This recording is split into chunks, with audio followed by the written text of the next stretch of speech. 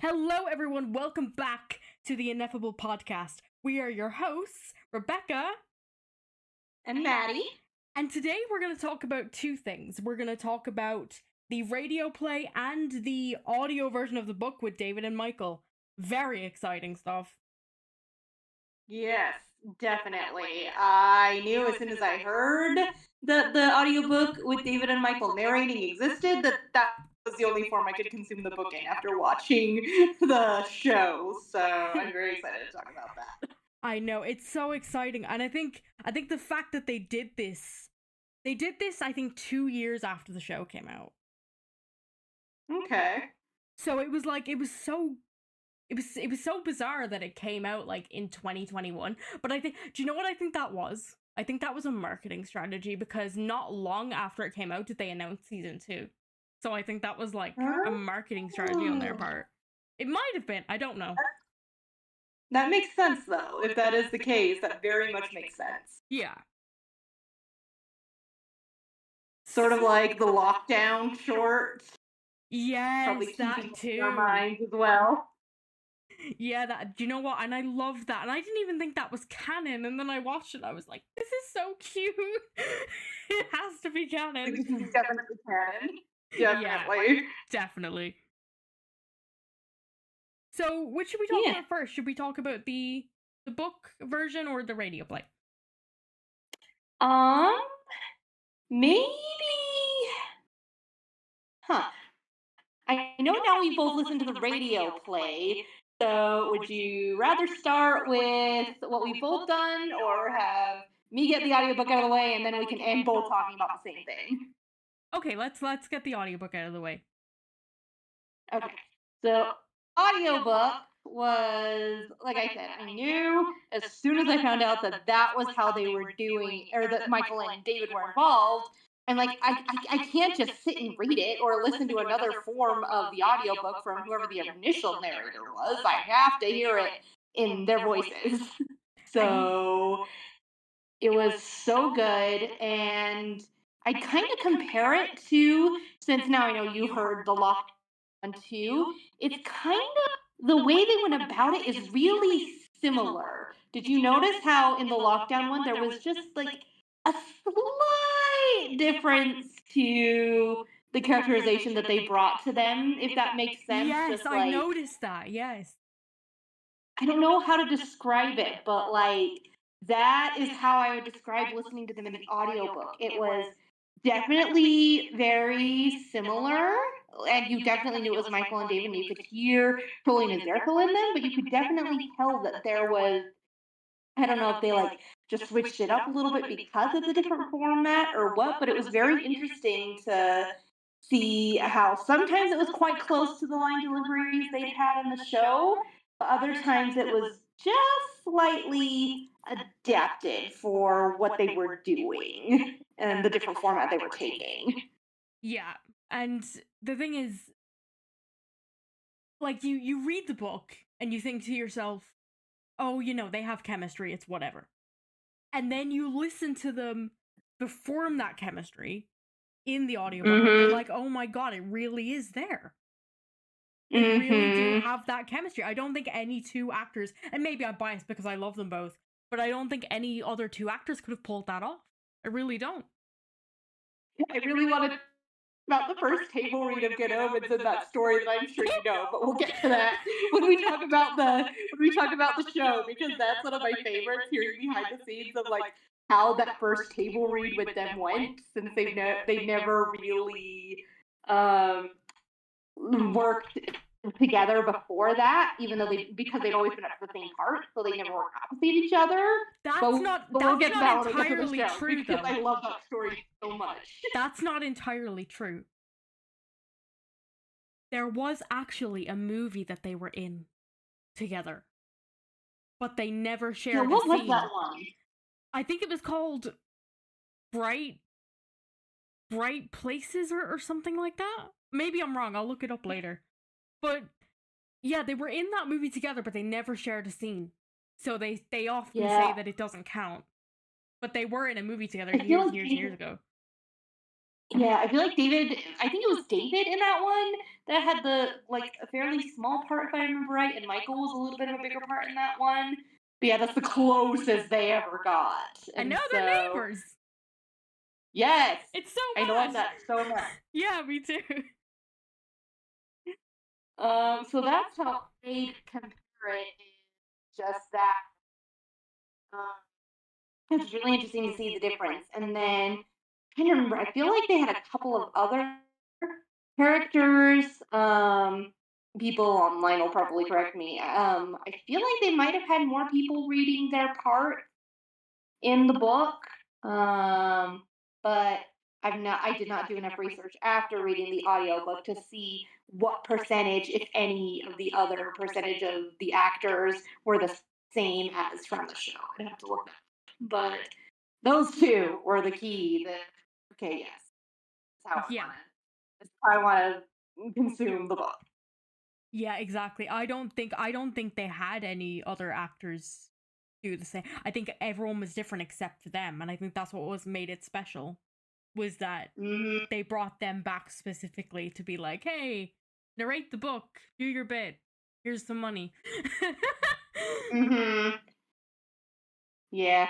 And I'm just an audiobook person a lot in general, so that and either way, that was fun for me. Like I like reading, but with my life being so busy, I loved having that great example of an audiobook to listen to while I'm multitasking, get other things done, instead of having to be like, okay, I have to sit down and my mind starts going, and so and like thinking of all the things I'm not doing as I'm sitting down, and so I that was really good for me to have that extra way to take care of that.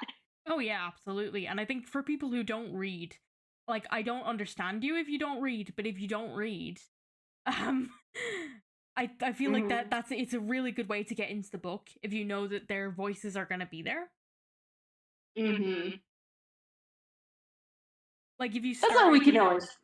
Yeah. That's why we can always hope that maybe after Good 3, we'll have something like maybe do little one-off radio things or YouTube skits like the Oh, Good I Omens would Lockhead or love that. something. I would love that so much. Pop back up every once in a while. let's make a petition. Let's do it. Let's start a petition and have them like let's make them do it. I'm joking, but that would be so cool. I have a feeling if they got the right opportunity, there wouldn't be a whole lot of convincing needed. But No, I know.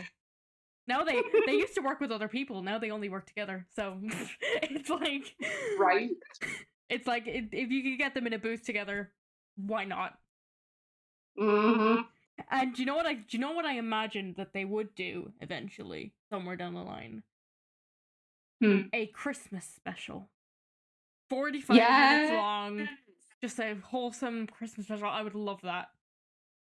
Yes, assuming there's not going to be any Christmas in the finale, because I mean, who knows? We're getting a snow globe, Yeah, I so forgot about the snow globe. I forgot about the so snow who globe. knows? I Maybe they'll literally. need that thrown in. Oh my god. There's gonna be. I remember now. There's gonna be a snow globe, and also I want to point something else out while we're on the topic. I I came across something that I'd also forgotten that I feel like we and the people listening should be aware of. We were told by Rob Wilkins that something in this finale is going to happen that's bigger than the kiss. I want everyone to keep that in their heads. Bigger than the kiss. We don't know what that is, but I mean, hell if we know, but it's gonna be something. South Downs or bust. South Downs or bust. I know. Yeah, I know. I know. Oh my god. And it's well, as we're recording this, it is the 2nd of May. We have 11 days. 11 days. Less than 2 weeks. I can't believe this. I can't either. It feels like we have been waiting forever, and like on the promo too. The promo started later, I feel like, than it usually does, and so for obvious reasons, we've just got crumbs the whole time. We've had very little like. I love how online they joke about like they've been hiding everyone in the basement and locking them away so they don't say anything. Do you But remember? Do you remember when David we're Tennant still was close. on the? Oh yeah, go on. No, I just said we're so close. We're so close. Yeah. Do you remember when David Tennant was on The Last Leg? And I don't know if you saw this. He was on a show called The Last Leg, and it's like a comedy show kind of a thing with an audience, and they basically did this funny thing where they tied him up and they put him on sale. And Yes. Okay. did you Now I know see what you're it? talking Did you about. see it? Did you see it? Yes. And Michael Sheen was like, I'm gonna keep him in my basement so I can get all the good roles. Yes. Oh, I love their friendship so much. I know. They just make the whole Good Omens universe. They really do. If it was anyone else, I'd be out. I'd be absolutely out. But I think I said this in a message to you when I told you I listened to the radio play. I was pretty impressed with their take on Crowley and Aziraphale. Oh, I know. They're brilliant. I mean, I'm stuttering. I don't even have the words for how brilliant those two were. If they were to play the live action versions, I would be sad that it wasn't Michael and David, but honestly, I wouldn't even be upset because, like, damn, they were good. I definitely think Aziraphale was a little bit closer to Michael portrayed him, as far as like his mannerisms, there's a slight difference, but I feel like his was pretty similar, um, compared to Crowley. Like Crowley was a very different take than David, and I think half of that goes down to just like they have completely different vocal ranges. David's definitely a tenor, and I don't even know you'll probably know better the actor's name who played Crowley in the radio show. But he's definitely more of a baritone bass, and so it just lends a very different vibe to Crowley. I'll tell you something. I actually don't know his name. Oh. I don't. We'll Google it after. But like, yeah, I actually don't remember their names. Mm-hmm. Well, whoever he was, I think they both. It was interesting to see how both of their, yeah, both of them fit together and still worked, even though it wasn't what we're used to. I still thought that they meshed really well. Probably one of my favorite scenes in that when they were talking about like later on talking about the plan and kind of finalizing things. Like, okay, we're gonna look like they need a gardener and a nanny, and Aziraphale's all, "It's on the gardener." Crowley's all, "Aw, you see me in a skirt?" And Aziraphale's all, 1745. "Yes." And he's like, "Oh yes." That's right. I forgot about that. Culloden, 1745. I saw you in a skirt. I want to know the context of that. First of I all, know. I want to know the context of that so badly. I know we have so limited time in the finale, but that is what I love that was missing from I love that they added into the show was flashbacks. And even the radio show just added to that. There's so many little things in the book that it's like, okay, tell me more, tell me more. And the radio play had it. I love that the radio play kind of had its own some of its own little quirks that it added in. Like that was one example. It's like, wait, no, I need the story. I know. It was like as soon as I listened to the radio play, I wanted to make a podfic on Culloden 1745. But then I couldn't find a very good story to match the vibe. So I just never ended up doing it. That's valid. That's valid. I probably will do it someday. Because I'm curious myself to know what happened in Culloden 1745. And I mean this in the most delicate way. I don't mean to offend anybody here, but imagine if like Crowley had to be a drag queen or something.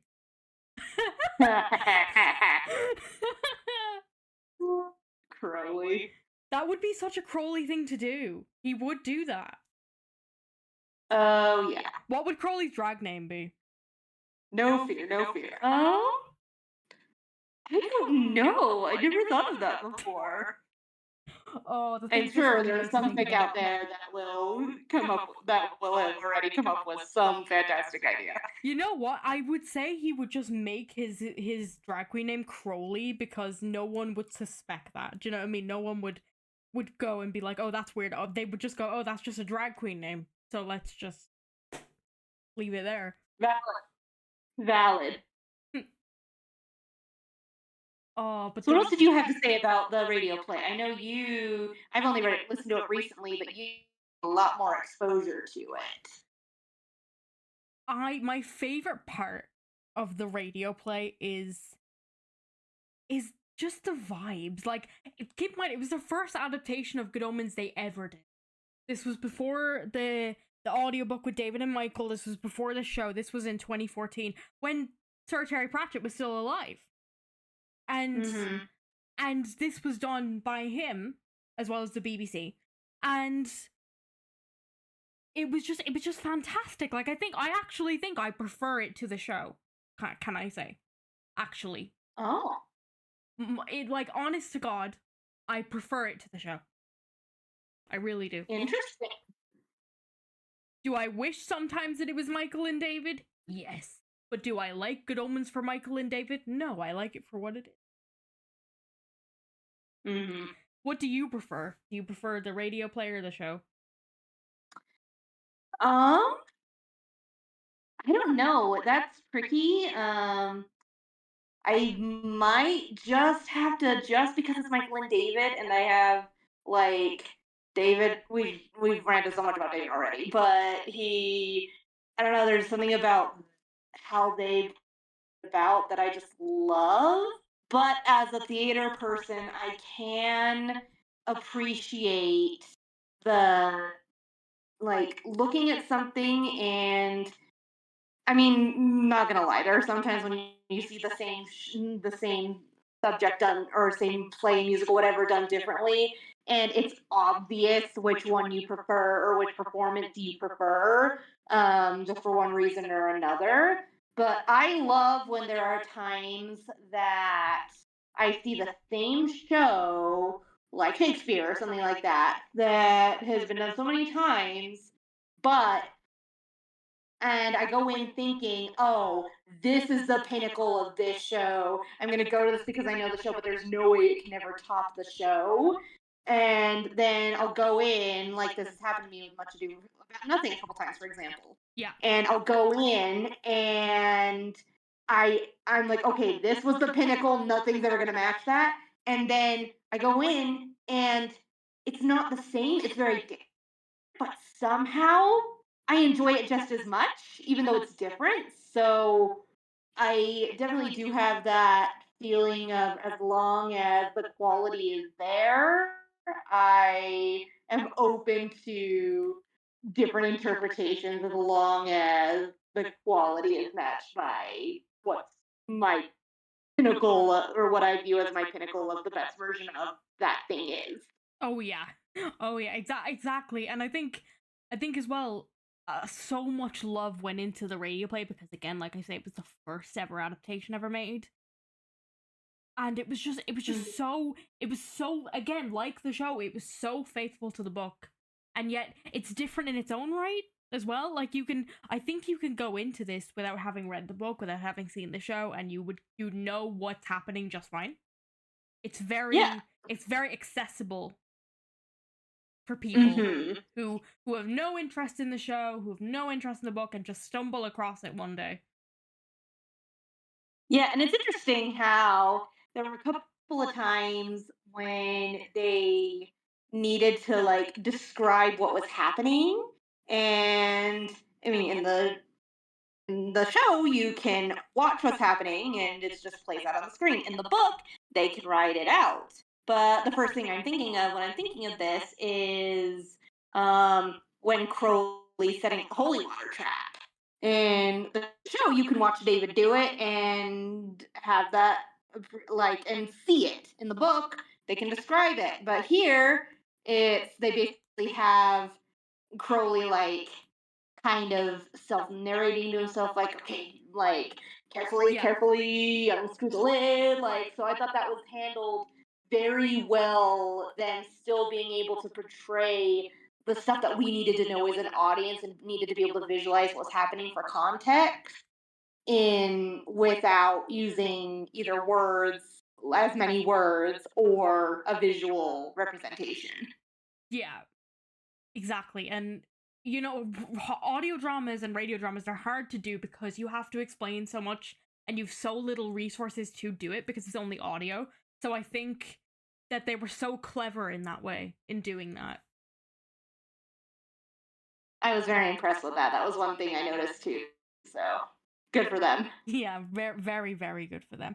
Do you have a favorite scene from the radio play? Um, I think the favorite, like just the favorite difference, might have been the one I already mentioned with the Yeah. skirt.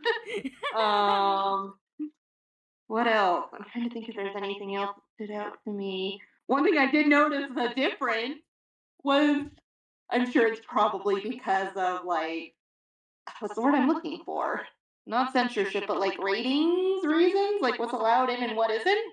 Like they took away Aziraphale's one F bomb. Yes. So yeah, I completely forgot about that. They did. They did take I'm away like, I his haven't F used bomb. it, and I noticed. And you know what? That's because in the book they imply him saying it, but they don't. I mean, they say he says it, but we don't. It's not in quotations. We don't see him say it. And Oh. only in the show did he actually explicitly, clearly say it. Like in the book, it's like, and the angel swore for the first time in 6,000 years. In the radio play, it doesn't happen at all. And then in the show, he actually gets to say it, which I thought was very cool. Interesting. I have to look at the book then. I thought that he did. So No, he didn't. interesting. They just say that he did. We don't get to see him say it. It's just the line is literally, and the angel swore for the first time in 6,000 years. Oh. My favorite scene from the radio play is a scene that's in the show and in the book, and it's particularly funny to me because of the dialogue. The scene after Aziraphale and Crowley realize, oh crap, we've been mentoring the wrong child, and they're in the car and they're talking about it, trying to speed their way to the hospital, and Crowley gets extreme road rage, and he's like, he's like, oh my god, and the bus you rode in on. Oh my gosh, yes! Yeah, I love Crowley's road rage. I absolutely love it, and I think it was handled so well in the radio play. I totally forgot about that until you just mentioned that, because I noticed that. I think I noticed it in the book, and then in the graphic novel, which we'll talk about in a future podcast, they do throw that in. Like, yeah, he's a total menace. If you think he's a menace in the show, you have seen nothing until you've seen how the illustrator draws him.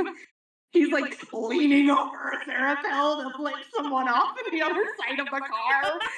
And I haven't read the graphic novel yet. I'll have to buy it before next week, because is it next week or the week after that we're doing the graphic novel? I think it's the week after. I'll have to buy it and read it because I still haven't done that yet. It's so good. And there's Easter eggs for various things in there. And so if it takes too long to ship to you, I might have to like send you some screenshots. My favorite bits, so we can talk about it. Well, do you know what I'll do? I will order it as soon as we're done with this episode, and then hope for the best. Sweet. But yeah, I agree with that. The road rage was awesome. I like in the radio play, I don't think they do this in the book. Correct me if I'm wrong, but I did like how I did like their sassy little interaction, and when they're both talking to Warlock at the same time and like prompting him, like, oh, what do we say about this? What do we say about this? What do we say about like Brother Slug? Yeah. whatever. I like their sassy little interaction and how they're like side-eyeing each the whole time. Yeah, it's like don't listen to him. Listen to me. Yeah. You know? But I it's like like how that's like actually in the moment between the two of them. yeah. It wouldn't surprise me if Warlock grew up to think that the nanny and the gardener like got married, which they totally did, by the way. He's like, oh, whatever happened to them? That's right. Oh, I heard they got They married hung and live in around the for a couple South years. Downs. It's like, oh, I heard they got married and live in the South Downs. That'd be brilliant. Right. That'd be brilliant. That'd be so Mhm. brilliant. I don't think if there's anything else in there that stood out to me. Is it just me or is it just the vibe? It's just the vibe. Yeah. Like, I don't think there's any Yeah. particular moment apart from the ones that we mentioned in the radio play. It's just the vibe. I like the vibe. The vibe is good enough.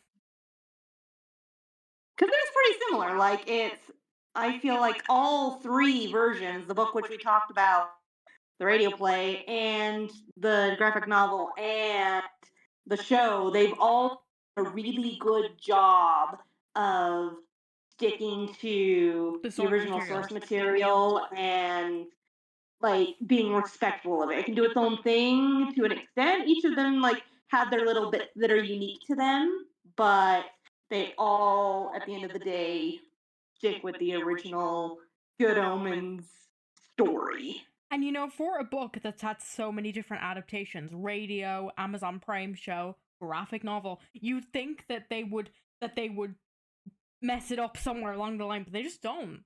They just stick to the source material and still make it its own thing so that people, whenever it's adapted into something else, the fans want to come back to it and see what differences they've made. It's not like Disney with their live action remakes, you know? I think that's why we're lucky that anyone who knows, I'm sure you've heard of the failed movie, and like based on things I've read of the script and the differences, they like don't even feel like the same characters, and so that just shows what when the people involved did understand what was good about it and the relationship at its core, and when they totally missed the mark. I think I'm so glad that movie didn't get made though. I know we said that last week, but I am so glad that movie never got. Because imagine, like, it would. I don't think it would even be the thing that it is. I think that Michael Sheen and David Tennant have so much chemistry that to picture anyone else playing the characters, it just makes me feel ill. To be honest. Yeah, like in a bottle. Yeah. And that's not just because I love them, but that's just because, like, I do, but I also love them for playing these characters. I mean, I wasn't even a fan of Michael Sheen before Good Omens came along. And then I saw him as a Aziraphale, and then everything just clicked for me. He was perfect. I have to tell you my funny story about Michael since we're bringing up Michael. Oh god, go on. So I fully admit I'm a Twilight girly. Okay. I was the target demographic. I was right that age, right when it was being released, and so that is me. And so I read the books, seen the movies many, many, many times. And so I very familiar with, I mean, he plays Eric, right? And so one of the main villains in the show. And so I then proceed all these years later, to watch Good Omens. Whole thing. This is the point. This is after I've watched 12 hours of these two on screen together, and 12 hours of Michael on screen. And it wasn't until one of my friends posted a TikTok where I can't even remember the phrase she did, where somehow the TikTok brought attention to me to the fact that he was Arrow, that I'm like, what? And so I look it up, and sure enough, so I'm like, I'm usually the best person in any of, like, almost anyone in my life for clocking when I recognize. I'm like the epitome of the Leonardo DiCaprio pointing meme, where I'm like, wait, I know you, and yet somehow I did not clock that I knew Michael from something else. That's brilliant. So it's minor existential crisis now. I'm like, my life's a lie. That's a brilliant story. For me, I had a similar experience with David Tennant. Everyone knew him. Like, I grew up in Ireland. Everyone knew him as Doctor Who. Everyone. Mm-hmm. It didn't matter. Like, if you weren't American, maybe you didn't. But if you were from the UK or Ireland, you knew exactly who this man was and where he came from and what you knew him from. And before I got into Doctor Who, I hated it. That's a true story. And so I wasn't a fan of David Tennant. I couldn't have cared less about him. Mm-hmm. And after I started getting into Doctor Who and I got into it, that's when I became obsessed with him. And I just think back to all the times in my life where I saw him being hyped up and I thought, but he's just a dude. He's not just a dude, he's a god.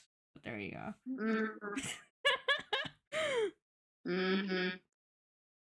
I've watched so much of his stuff now. I've seen his Hamlet in theaters. I've seen his Macbeth.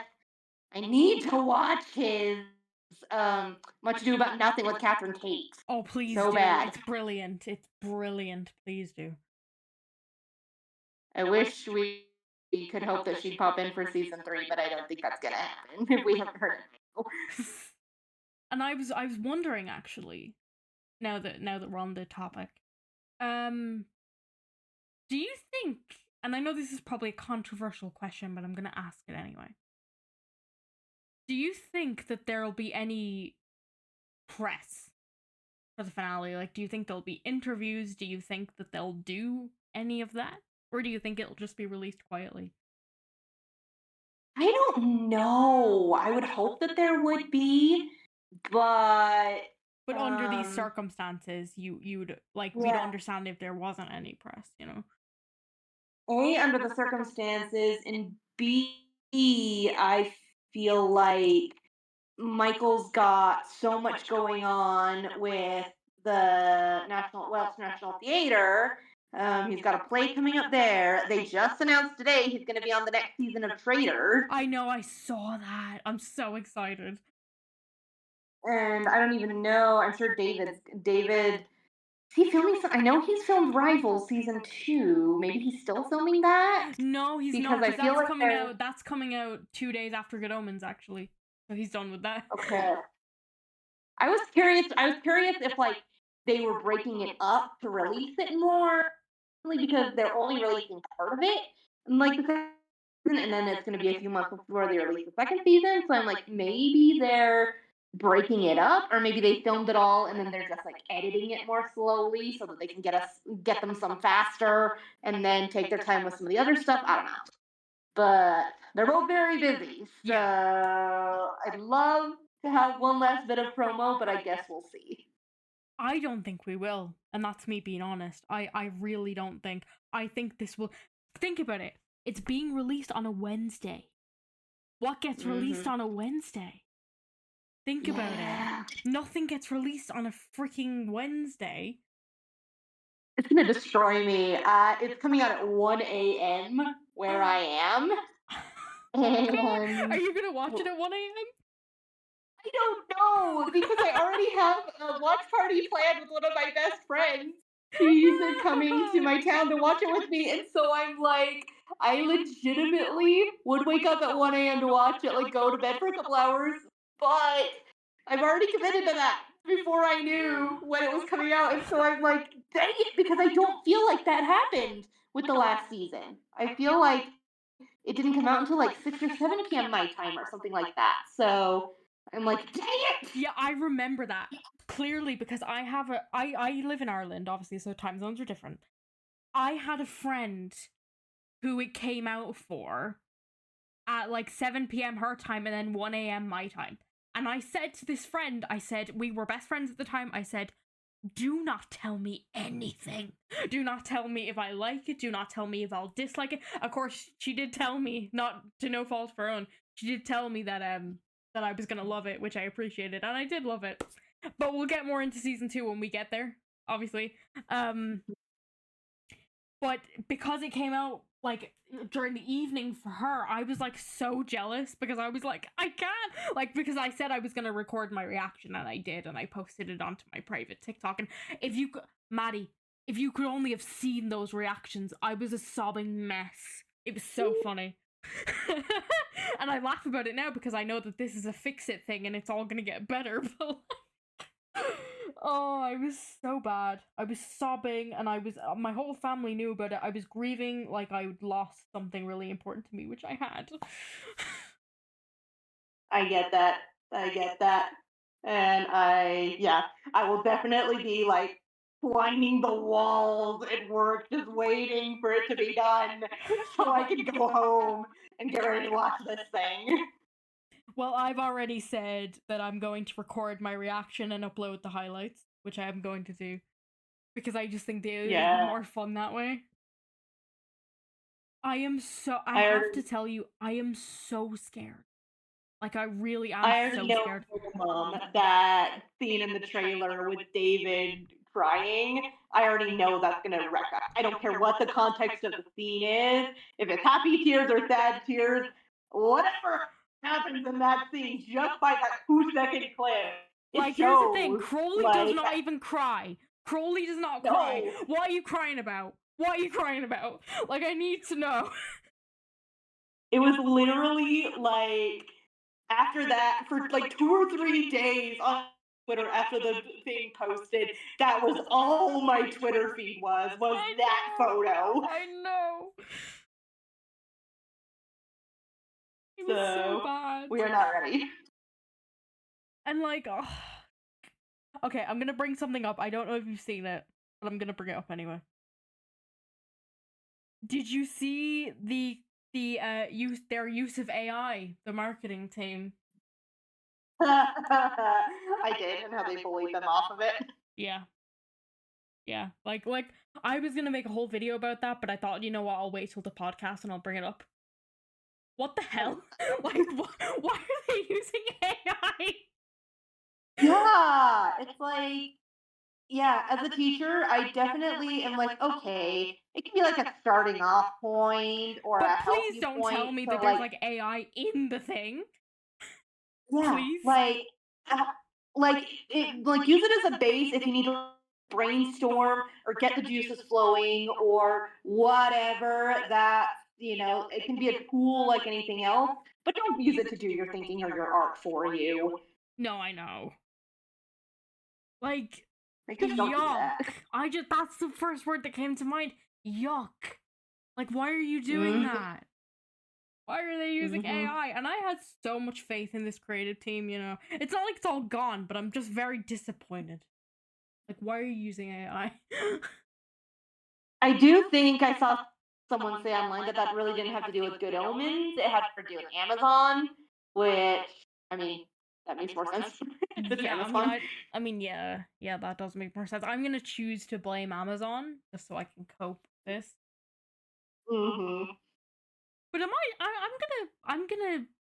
I'm gonna say something else, and this is also gonna be controversial. But I don't care what comes out of my mouth at this point.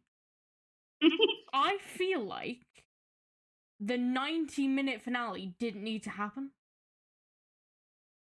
I feel like the guy that they brought in to write the 90-minute finale, why couldn't he have just rewritten the whole effing season? Yeah, do you get what I'm saying? Like, why did they have to cut it down to 90 minutes? Yeah, I think it was probably just due to the fact that because of what was going on behind the scenes, it probably wasn't even on the table. And Yeah. so Yeah. between, like, I don't see how, I don't know. I guess it's that balance of how much can we use of what we know Terry's vision was without giving credit to a certain someone. How can we make this work with all the legalities and whatever behind it?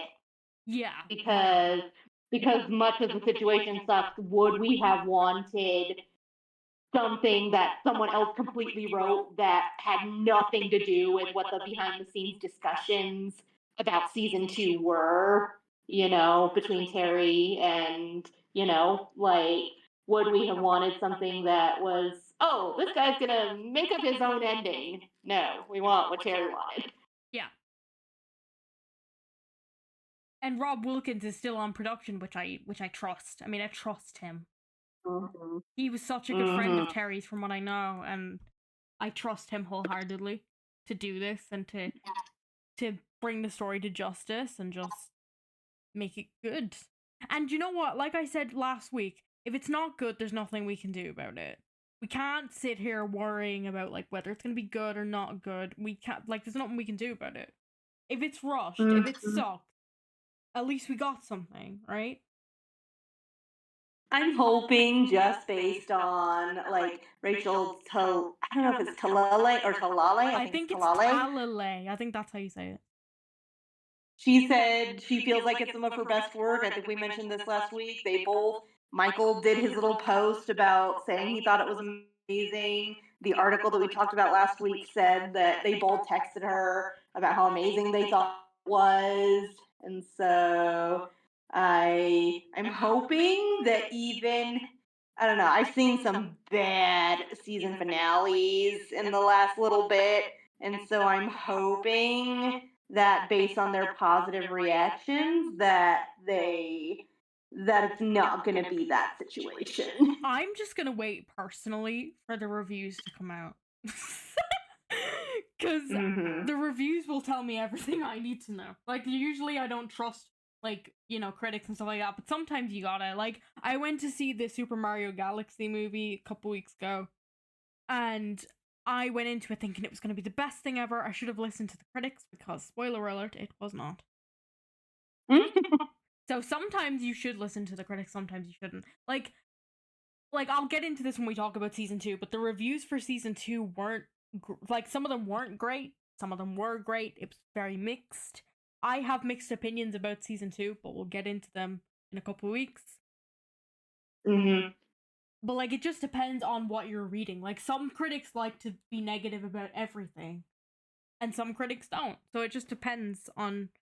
I'm probably, like, if the BBC do a review, I'm gonna be like, okay, like, they made it, so that's kind of biased. But, like, let's say the RT, which is our equivalent of BBC, do one. I'm gonna be like, okay, yeah, let's trust that. And if the reviews come back bad, I'm still gonna watch it anyway with an equal amount of excitement, because it's Good Omens. Right? Yeah.